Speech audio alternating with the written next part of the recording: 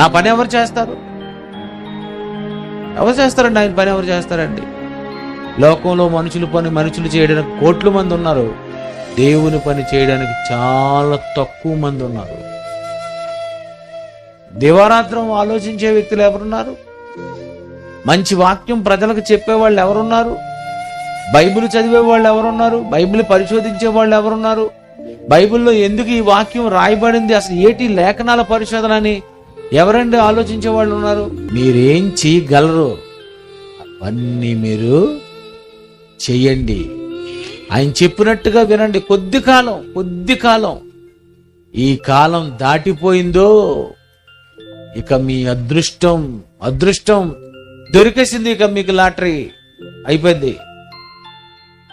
మీ అంత అదృష్టవంతుడు భూమి మీద ఎవడో ఉండడు.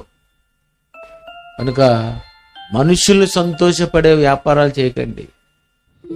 దేవుణ్ణి సంతోషపెట్టేది ఏది చేసినా దేవునికి ఏం చేయాలి అంటే అప్పుడు ఆ దేవుడు మీకు జ్ఞానం ఇస్తాడు, మీకు తెలివిస్తాడు, మీ చేత పని చేయించుకుంటాడు.